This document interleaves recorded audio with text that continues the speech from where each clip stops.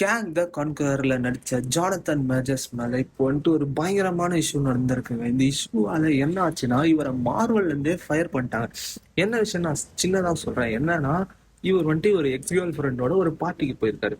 பார்ட்டிக்கு போன இவர் ஃபோன் யூஸ் பண்ணிட்டு இருக்கும் போது அவங்க எக்ஸ் கேர்ள் ஃப்ரெண்ட் ஃபோன் கேட்குறப்போ தலையை பிடிச்சி அடிச்சு விட்டுருக்க மாதிரி அவங்க டிரைவர் சொல்லியிருக்காரு. இது அஃபிஷியலா கூட இன்னும் வரல. கோர்ட்ல நிறைய கேஸ் எல்லாம் இன்னும் போயிட்டு தான் இருக்கு. இவரை மார்வல்ல இருந்து அஃபிஷியலா ஃபயர் பண்ணிட்டாங்க.